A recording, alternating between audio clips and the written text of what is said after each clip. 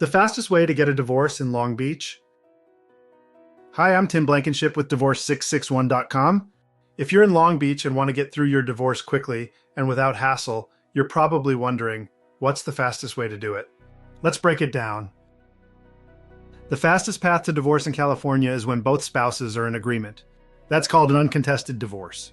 In Long Beach, which falls under the Los Angeles County court system, we can file your case electronically, serve your spouse the same day, and complete all the financial disclosures and final paperwork within just a couple of weeks.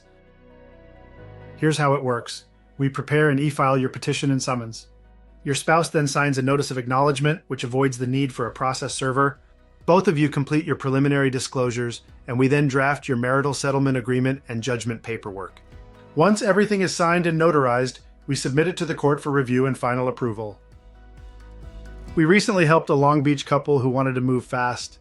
We filed their case on Monday, served the same day, completed their disclosures and settlement agreement by the end of the week, and submitted everything to the court for review the following Monday, all without stepping foot in court. At Divorce 661, we specialize in amicable, flat-fee divorce cases throughout California, including Long Beach. We know exactly what the court is looking for, which means fewer delays and zero rejections.